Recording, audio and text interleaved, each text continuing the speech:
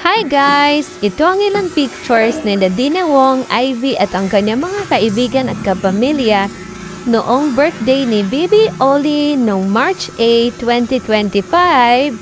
Kuha ito sa bunsong kapatid ni Ivy.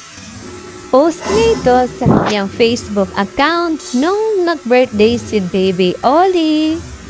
Tingnan niyo naman guys, ang sasaya nila Boss D at ang kanilang mga kaibigan, kasama yun dyan si Coach Joanne at mga kapatid ni Ivy. Ito ang punsong kapatid nila Ivy. Ang ganda-ganda diba? Ang dami din kuha ng bunso nila Ivy kasama si Baby Oli. Ang cute ng mga pictures nila. Makikita din natin na napakaganda ng bunso nila Ivy.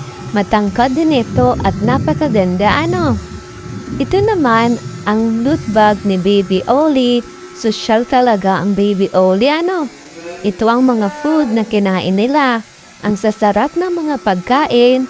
Ito din ang mga bisita ni Baby Oli na mga aso. At ito ang mga picture nila sa photo booth. Ang cute at ang gaganda ng background. Ito kasama ni Ivy ang kanilang bunso. Ang gaganda. Dito naman si Teto Peds at ang bunso nila.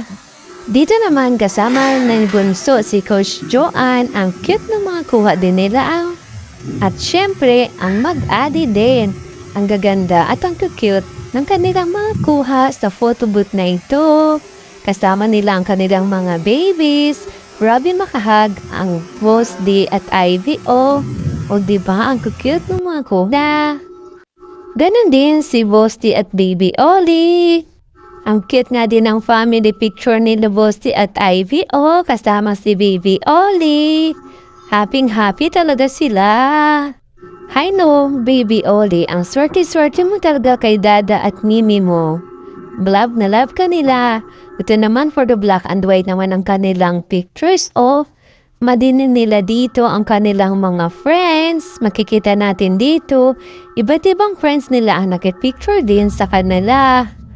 Makikita natin na happy sina Dina Wong at Ivy kasama ang kanilang mga kayan. At ito naman ang wish ni Ivy kay Baby Oli. Siyempre, hindi pwedeng hindi kita batiin, may boss hihi. Sa lahat ng asong minahal ko, ikaw ang nagsa akin. From sadness, pain, challenges, at lahat ng pangit na pwede mangyari sa buhay ko, Oli. Mahal na mahal kita. Alam kong naiintindihan mo lahat ng iyak ko sa'yo at mga masasayang kwento ko dahil madalas kapag nagkakwento ako, nang ka talaga sa akin. O kaya naman pag umiiyak ako, kinikis at nagpapakalong ka sa akin. At magstay ka doon hanggang sa tumahan ako o matapos ang kwento ko sa'yo. Kung si Dada mo ang human diary ko, ikaw naman ang dog diary ko. Lahat ng masaro sa'yo at ramdam ko naintindihan mo lahat kahit hindi ka magsalita. Mong tandaan na sobrang dami nagmamahal sa'yo at madami kang napapasaya. Sana maging healthy ka pa lalo at lagi mong tatandaan na lahat gagawin namin ni Dada maging at healthy kasama ang mga siblings mo.